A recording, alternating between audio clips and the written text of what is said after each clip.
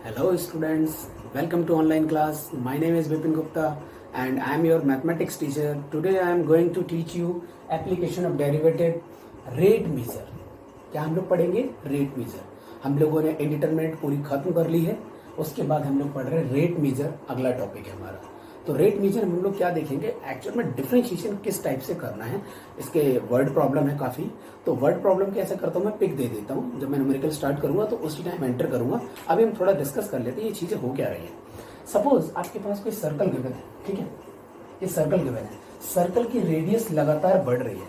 तो आपसे बोला गया कि एरिया, सर्कल की रेडियस जो है, मैं ऐसे बोल देता हूं कि जो रेडियस है, रेडियस का रेट बढ़ने का है 5 सेंटीमीटर पर सेकेंड. कि पर सेकेंड में रेडियस लगातार बढ़ रही है, ऐसा मैंने लिखा है dr/dt. ठीक है.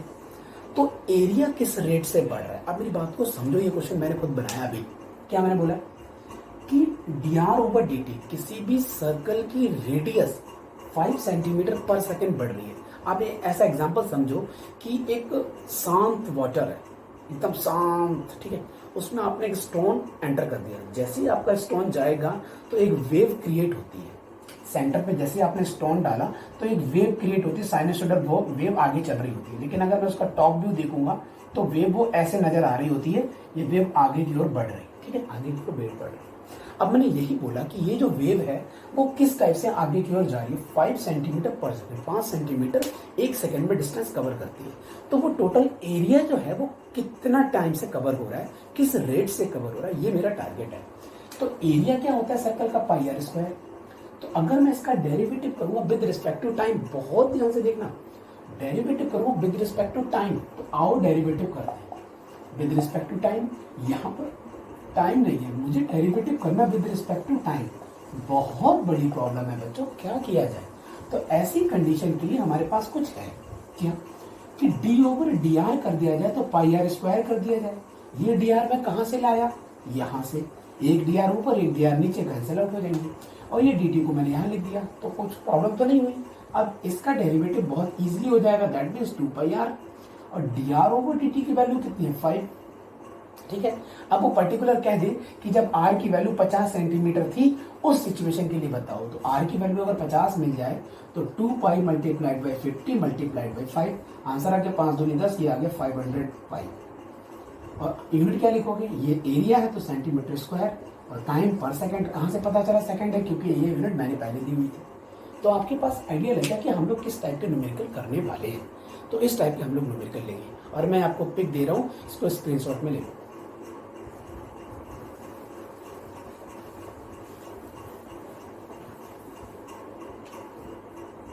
ओके. तो हम लोग अपना स्टार्ट करते हैं. Numerical number 1. क्या लिखा है न्यूमेरिकल नंबर 1, आप सबके पास न्यूमेरिकल पहुंच गए. Find the rate of change of the area of a circle with respect to its radius. With respect to its radius मतलब बहुत इजी हो गया है ना. Find the rate change of area with respect to radius. One radius, जब radius आपके पास 6 centimetre हो तब एरिया कैसे चेंज हो रहा है विद रिस्पेक्ट टू रेडियस के हिसाब से. तो आंसर है पाई आर स्क्वायर. अब इसका डेरिवेटिव करना विद रिस्पेक्ट टू आर, कोई प्रॉब्लम ही नहीं है. तो dA/dr आंसर आएगा 2πr, है ना. r की वैल्यू 6 है तो 6 का एंटर कर देते हैं यहाँ पर. तो अब आपके पास आ जाएगा 12 पाई. यूनिट क्या लिखोगे, यूनिट लिखोगे सेंटीमीटर स्क्वायर पर सेकेंड, पर सेंटीमीटर, सॉरी सेकेंड, टाइम में तो है नहीं, सेंटीमीटर था. हाँ, कुछ स्मार्ट बच्चे सेंटीमीटर और सेंटीमीटर को कट कर देंगे, पर वो ज़्यादा स्मार्ट ना बने, कट ना करें, क्योंकि ये एरिया ओवर लेंथ है. तो यूनिट भी एरिया ओवर लेंथ की ही आएगी, याद रखना. ठीक है, ये आपका न्यूमेरिकल आपका पहला सॉल्व हो गया. Numerical number 2. आगे बढ़ते हैं. If the radius of a circle is increasing at the rate, if the radius of a circle is increasing at the rate, radius कैसे इंक्रीज हो रहा है, dr/dt 0.7 सेंटीमीटर पर सेकेंड के हिसाब से रेडियस इंक्रीज हो रहा है. At what rate is it's circumference increasing. तो सर्कमफ्रेंस क्या होता है, 2πr. ये तो बताने की जरूरत ही नहीं है, 12th क्लास है. सर्कल की सर्कमफ्रेंस 2πr. आओ डेरिवेटिव करते हैं. टाइम के रिस्पेक्ट में करना है तो टाइम के रिस्पेक्ट में करेंगे. अब यहाँ पर तो बड़ी प्रॉब्लम आ गई. लेक्चर के स्टार्टिंग में मैंने बताया था जब प्रॉब्लम हो तो क्या होगा, ये टी के रिस्पेक्ट में कर देंगे. हम लोग टी के रिस्पेक्ट में कर रहे हैं, डायरेक्ट मैं आर कह दूं, आर के रिस्पेक्ट में इसको कर देंगे तो ये 2πr हो जाएगा। यहाँ पर आर आ गया तो साथ में dr/dt, ये आप चीज़ लिखने की आदत डाल दो, बहुत सही रहेगा। इसका आंसर आएगा 2π, और dr/dt की वैल्यू कितनी 0.7 सेंटीमीटर के साथ ये आ जाएगा 1.4 सेंटीमीटर आ गया। और ये पाई, आप चाहो तो पाई की वैल्यू अपने एंटर करते रहो। तो ये सब सर्कमफ्रेंस है तो आंसर तो सेंटीमीटर में रहेगा, और पर सेकेंड, ये आपके पास फाइनल आंसर आ गया। कॉपी कर लो, बहुत ईजी है। ना क्वेश्चन नंबर 3, क्वेश्चन नंबर 3 क्या कहता है इसका, देख लेते हैं। If the radius of a circle is increasing, point समझो, इंक्रीज जब भी लिखा होता है वो पॉजिटिव के साथ होता है, और जब डिक्रीज लिख देते तो नेगेटिव के साथ होता है। चीजें आती रहेंगी तो मैं बताता रहूंगा। If the radius of a circle is increasing at the rate, radius of the circle is increasing at the rate 3 centimetre पर सेकेंड। अब इंक्रीज कर रहा है तो मैंने प्लस लगा दिया, ठीक है, मैं चीजों को इन्वॉल्व कर रहा हूँ धीरे धीरे। At what rate is it's area increasing, वो कह रहा है कि किस रेट से एरिया इंक्रीज करेगा।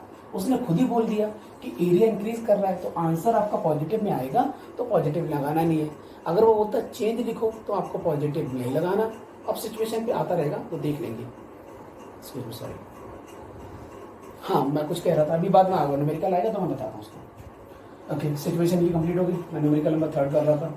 At what rate is the area, it's area increasing when its radius, जब इसकी रेडियस 10 सेंटीमीटर हो तो उस टाइम बताना है। आओ इसमें मेरे को सॉल्व कर लेते हैं। पाई आर स्क्वायर dA/dt, अब आप समझ गए होंगे आर के रिस्पेक्ट में, तो आंसर क्या आएगा 2πr मल्टीप्लाइड बाई dr/dt। वहाँ सबसे पहले मैंने क्या चीज़ बताई वो समझे आप। वहाँ से मैंने आपको यहाँ जंप किया, यहाँ से मैंने आपको यहाँ जंप किया। यहाँ पर मैंने डेरिवेटिव नहीं किया था, यहाँ डेरिवेटिव मैंने डायरेक्ट कर दिया। वहाँ सर्कमफ्रेंस था इसलिए वैसे लिख दिया, यहाँ एरिया था उसकी वैल्यू ये आ गई। पर समझ में आ गया। अब ये जो है इसका आंसर तो मुझे बताना है, पर कब बताना है, जब रेडियस आपकी 10 हो जाए।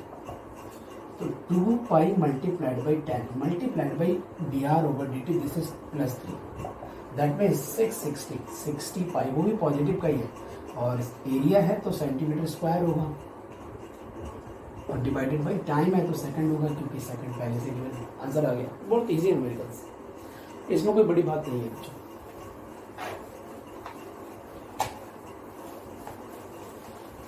ओके, अगला न्यूमेरिकल लेते हैं। Numerical number 4, numerical number 4. If the sides of a square are decreasing at the rate of, if the sides of a square are decreasing, side है स्क्वायर की तो मैं लिख देता हूँ, साइड को मैंने a बोल दिया तो dA/dt, ये साइड है, ये लगातार डिक्रीज हो रही है 1.5 सेंटीमीटर पर सेकेंड। इसको मैंने डिक्रीज के लिए नेगेटिव क्यों लगाया आपको बता दिया था। At what rate is its perimeter decreasing, अगर वो बोल देता, मैं क्वेश्चन को बोल रहा हूँ, at what rate is its perimeter change, तो चेंज जब पूछता है तो नेगेटिव आएगा तो बोलेंगे डिक्रीज हुआ है, पॉजिटिव आएगा तो बोलेंगे इंक्रीज हुआ है। उसने खुद ही बोल दिया डिक्रीज हुआ है, तो आपको सिर्फ वैल्यू लिखनी है, नेगेटिव पॉजिटिव कुछ नहीं लगाना। उसने खुद ही मेंशन किया कि डिक्रीज है, ठीक है। तो मुझे निकालना है पेरीमीटर का चेंज। तो पेरीमीटर क्या होता है, और है क्या, ये स्क्वायर था ना, स्क्वायर का पेरीमीटर होता है 4a, तो आंसर आएगा dP/dt, यहाँ मिलेगा 4 मल्टीप्लाइड बाई dA/dt। आप समझ गए मैंने क्या किया है, a के डेरिवेटिव के लिए मैंने dA यूज़ किया होगा, इसका डेरिवेटिव हो गया साथ में dA/dt। अब इन चीज़ों को समझो, मैंने लेक्चर में स्टार्ट में बता दिया था, थोड़ा सा दिमाग लगाओ, थोड़ा सा आगे ऐसे ही बढ़ पाएंगे, ठीक है। हमारे पास अब टाइम बहुत कम है, जैसे जैसे देख रहे हैं लॉकडाउन की हालत बहुत ख़राब हो रही है, हो सकता है कि 3 मई को भी एक्सटेंड हो जाए। तो प्लीज़ बेटे ऑनलाइन पढ़ो, अब थोड़ा अच्छी क्लासेस चलेगी, तो आप उनको फोकस करने की कोशिश करो।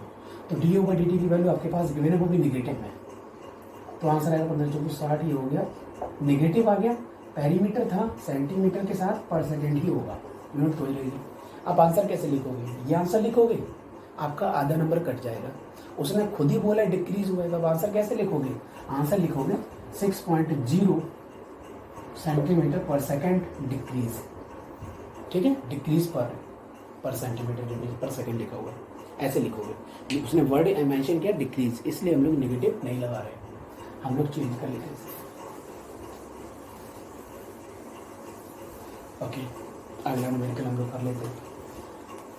मेरे ख्याल से बिल्कुल ऐसे ही न्यूमेरिकल लेंथ, टाइम वेस्ट हो रहा है, कोई अच्छा सा न्यूमेरिकल मिल जाए। 6 करूँगा, जब मार रहा है न्यूमेरिकल 6 कर रहा हूँ। A balloon which always remains spherical has a variable radius. एक बलून है जिसकी वेरिएबल रेडियस है। Okay, find the rate eight which its volume is increasing. Volume किस हिसाब से बढ़ रहा है, इंक्रीज हो रहा है, with respect to radius when radius density. बहुत ही आसान न्यूमेरिकल हो जाएगी। वॉल्यूम होता है 4/3 पाई आर क्यूब। अब उसने बोला रेडियस के रिस्पेक्ट में बताना है, तो dv/dr, तो यहाँ 4/3 पाई मल्टीप्लाइड बाई 3r², एक कटिंग हो गई तो 4 पाई r² आ गया। ये है dv/dr। तो आपका dv/dr at r is equal to 10 centimeter पर टारगेट है। देख लेता हूँ, यही है ना? यस। तो 4 pi multiplied by 100, that means 400 pi. Volume है, सेंटीमीटर था, नहीं लिखे मैंने, तो वॉल्यूम है तो सेंटीमीटर क्यूब पर सेंटीमीटर। ये आपके पास फाइनल आंसर है। बहुत ही आसान न्यूमेरिकल, जल्दी इसको कॉपी करो।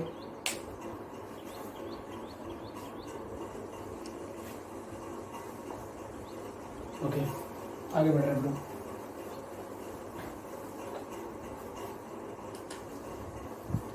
न्यूमेरिकल नंबर 7, क्या लिखा हुआ है? If the radius of a soap bubble, जो साबुन का जो बबल निकलता है वो उसकी बात हो रही है। Soap bubble is increasing at the rate of 0.5 centimetre पर सेकेंड। वो कहता है कि जो सोप का बबल है वो इंक्रीज कर रहा है, लगातार बढ़ रहा है। क्या रेट से बढ़ रहा है? कि 0.5 सेंटीमीटर पर second. At what rate is its volume increasing. Okay, तो रेडियस इंक्रीज हो रहा है dr/dt, टाइम के साथ है 0.5 सेंटीमीटर पर सेकेंड, इसके लिखा हुआ है। वॉल्यूम किस रेट से इंक्रीज हो रहा है ये बताना है। वॉल्यूम किस रेट से इंक्रीज हो रहा है ये बताना है। कब बताना है? At radius 1 centimeter. जब 1 सेंटीमीटर की रेडियस हो उस टाइम बताएंगे सिचुएशन का। तो वॉल्यूम का फॉर्मूला क्या होता है? स्फेरिकल का शेप होता है, ये तो पता ही है, 4/3 पाई आर क्यूब। तो मैं इसका answer dv/dt 4/3 pi multiplied by 3r² into dr/dt। मेरे ख्याल से आप लोग समझ गए ये सब चीज़ें कहाँ से आ रही। 3 से 3 को उड़ा दो।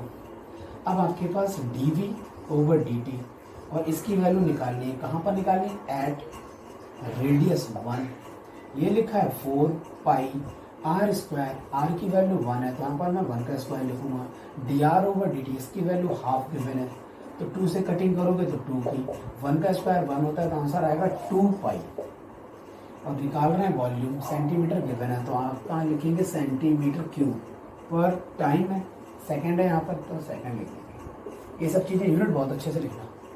ये आपके पास न्यूमेरिकल सॉल्व हो गया, जल्दी से इसको कॉपी करें।